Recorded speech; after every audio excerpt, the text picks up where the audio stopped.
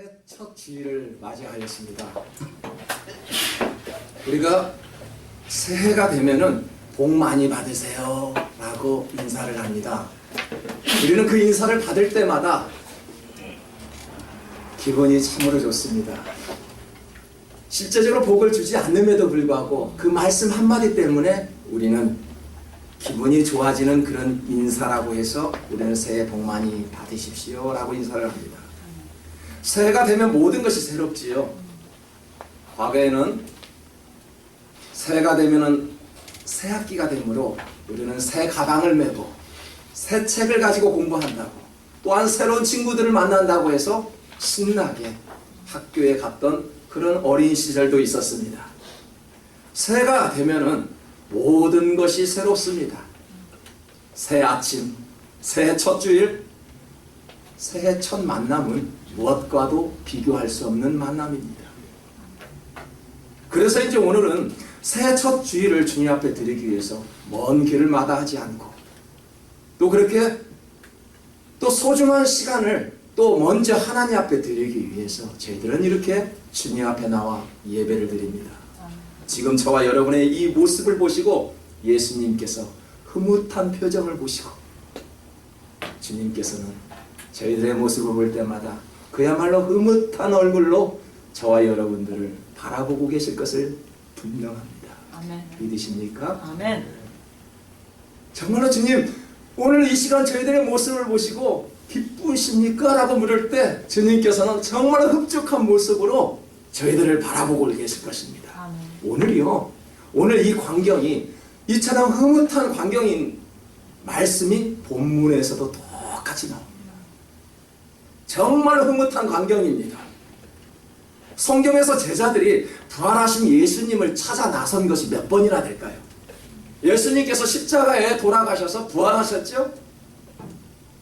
제자들이 예수님을 찾았던 것들이 몇 번이나 됩니까? 아쉽게도 한 번도 없었습니다. 주님께서 오히려 제자들을, 그리고 사람들을 찾아 나셨습니다. 오늘 바닷가에서 고기를 잡던 베드로 일행을 주님께서 찾아가셨지요. 제자들 앞에 나타나 함께하던 그 모습을 보면은 정말 흐뭇한 광경입니다. 본문의 내용을 보니까 제자들은 밤을 새워서 고기를 잡는다고 하였지만 고기 한 마리 잡지 못하였습니다. 그들은 허기지고 고달파 지친 모습으로 새벽녘에 와서 빈 그물만 씻고 있었을 때 부활하신 주님이 그들 앞에 나타나셨다는 것입니다. 그리고 나서 지금 너희들은 밤새도록 고기를 잡았다 한들 내가 보니 고기 한 마리 잡지 못했구나. 어찌된 일이냐? 라고 물었습니다. 안타까운 마음으로 그물을 배 오른편에 던져라 라고 말씀하셨던 것입니다. 이처럼 주님과 함께 지금 아침을 나누고 있는 그런 아주 소박한 내용입니다. 우리가 보면은 이게 무슨 별거 아닌 성경 스토리인데 뭐가 이렇게 대단할까? 라는 생각을 가져보지 않습니까? 계속 주님의 말씀을 귀 기울여 보십시오. 우선 저와 여러분은 본문의 내용처럼 올 한 해도 그물에 가득 채워지는 축복이 여러분의 가정에 임할 수 있기를 주님의 이름으로 축복합니다. 그물은 채워져 있어야 합니다. 우리는 아멘으로 화답하였습니다. 저도 마음속으로 아멘 하였습니다. 여러분도 분명히 그물에 가득 채워지는 축복이 우리의 가정에 임해달라고 아멘으로 화답해 주셨습니다. 여러분, 아멘은 무엇입니까?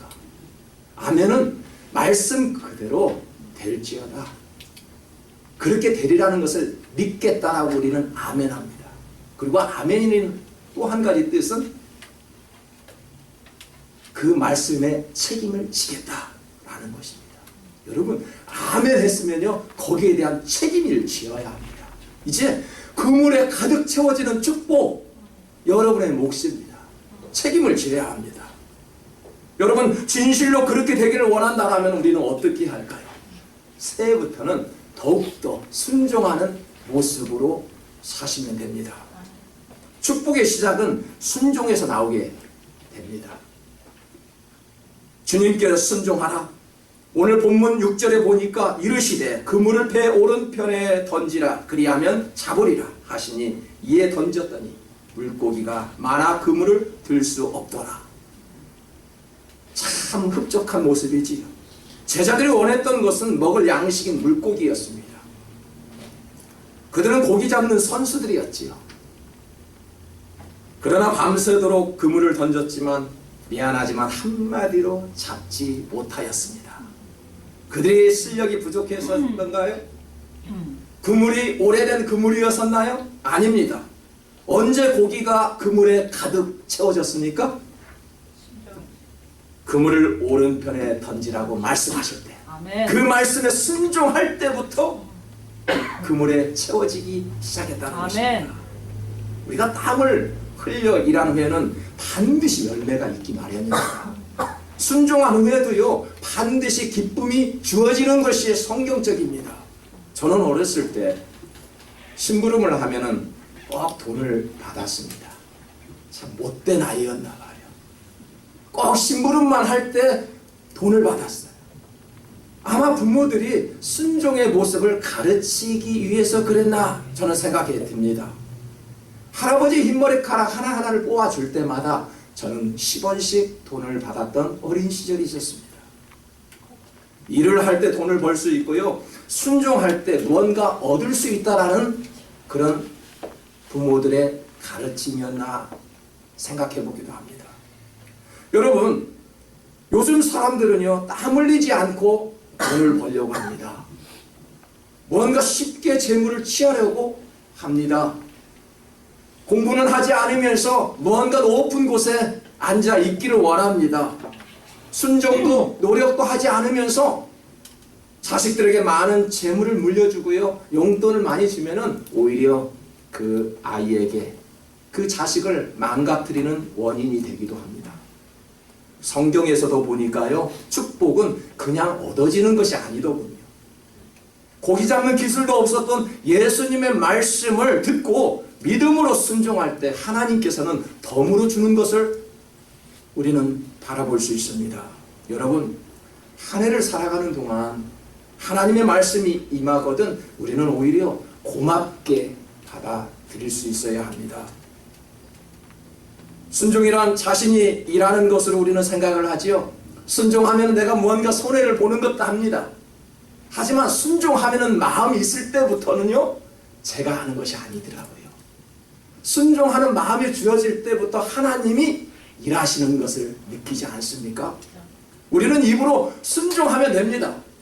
그 뒤부터는 내가 하는 것이 아니라 하나님께서 해주시더라고요.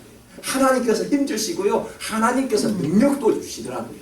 그래서 우리는 무조건 순종하는 것이죠. 왜요? 순종은 내가 하는 것이 아니라 하나님께서 하신다는 것입니다. 그래서 우리는 주님이 하게 하는 것이지요.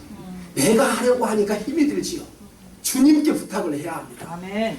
11절에 보십시오. 시몬 베드로가 올라가서 그물을 육지에 끌어올리니 가득히 찬 큰 물고기가 153마리라 이같이 많으나 그물이 찢어지지 아니하였더라.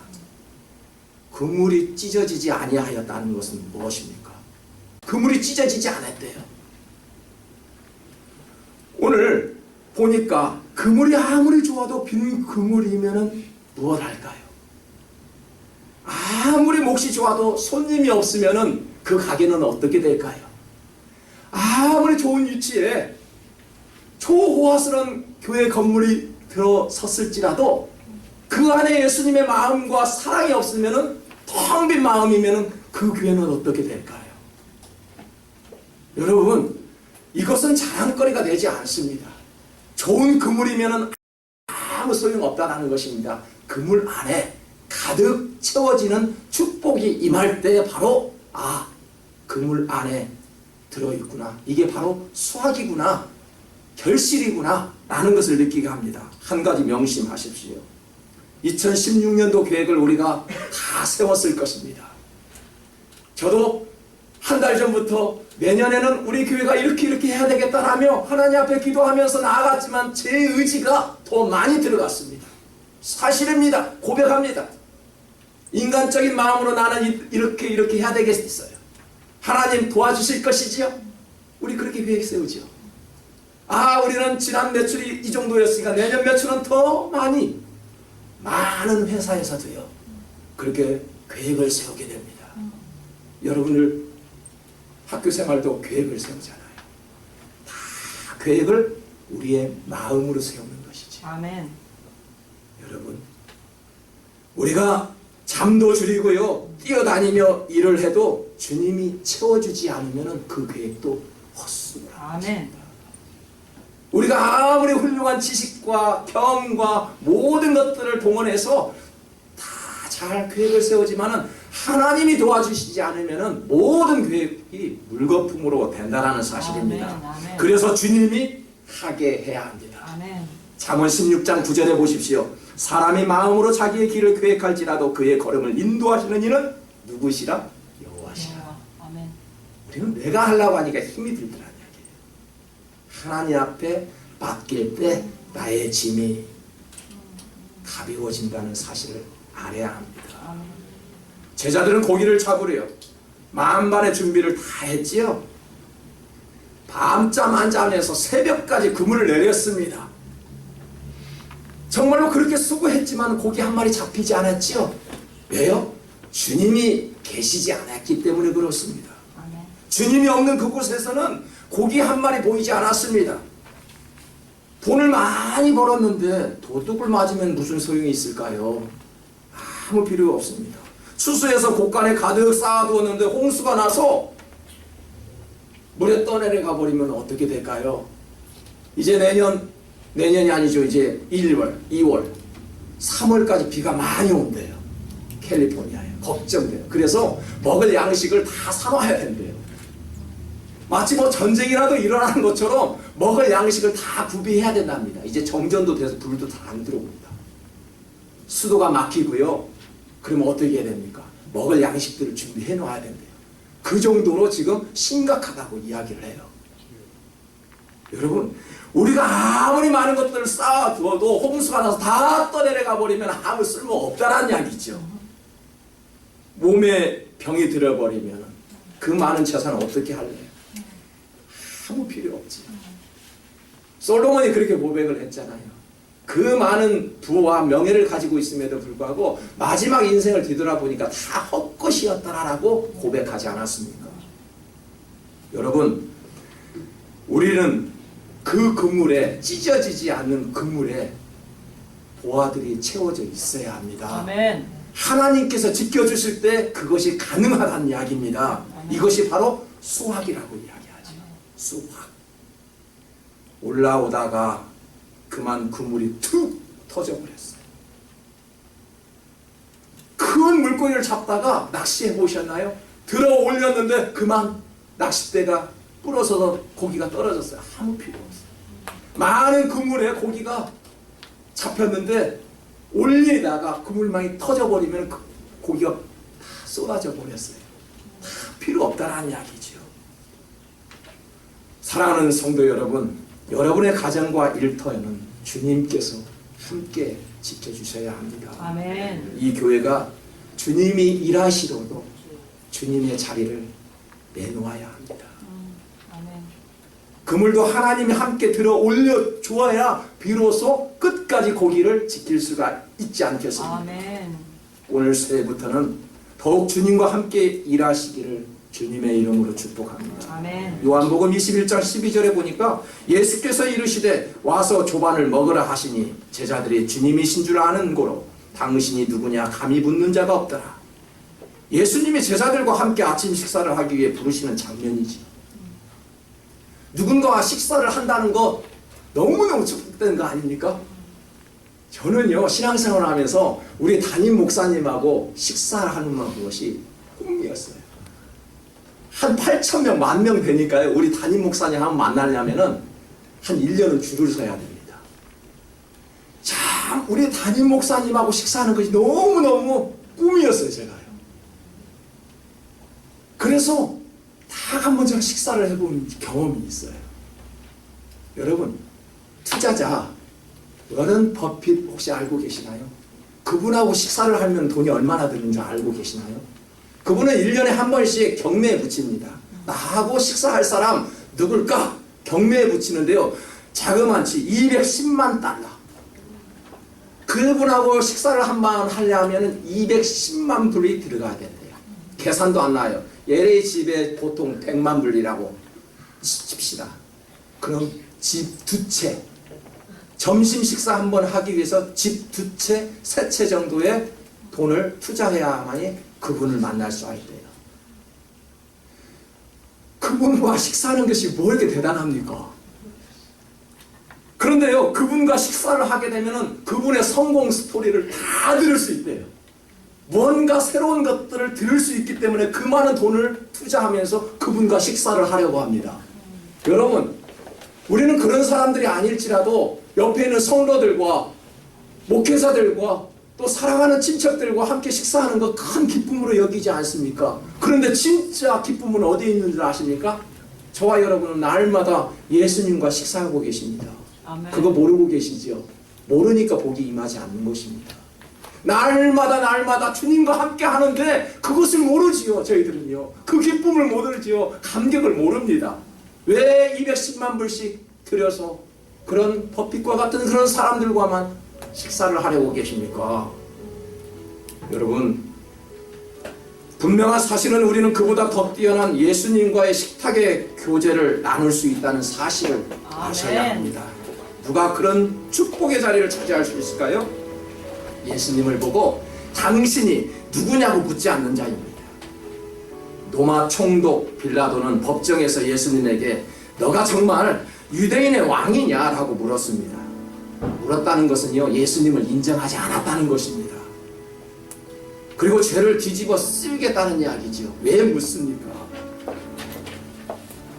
주님이 오실 때 당신이 누구시죠? 라고 물어보십시오. 주님께서 말씀하실 때 왜 이러시죠? 라고 묻는다는 것은 축복이 저만큼 있다는 것입니다. 아멘. 오늘 요한복음에서 오늘 베드로처럼 마음이 회복된 사람들이 등장하지요. 니고데모처럼 주님을 찾아 나서 수가성 여인처럼 예수님과 대화할 때 병든 마음이 치료된 것처럼 우리 주님과 친밀해지기를 주님의 이름으로 축복합니다. 아멘. 오늘 기베나 강가에서 주님과 식사하고 있는 제자들의 모습을 한번 보십시오. 주님이 직접 잡아 올린 고기이지요. 고기를 직접 구워서 제자들에게 주셨습니다. 그것을 받아 먹는 제자들의 모습이야말로 행복한 사람들 아닙니까? 우리는 금년 한 해 동안 주님과 함께하는 그런 식탁의 교제를 나누어야 합니다.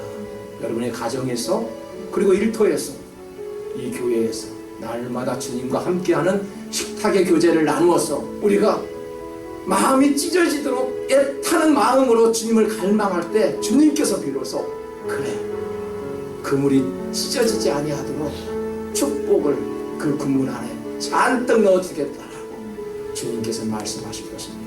우리 2016년도를 주님과 함께 가기를 원하고 우리가 주님의 사랑을 많이 받아서 주에게 힘쓰는 저와 여러분 되시기를 주님의 이름으로 축복합니다. 아멘.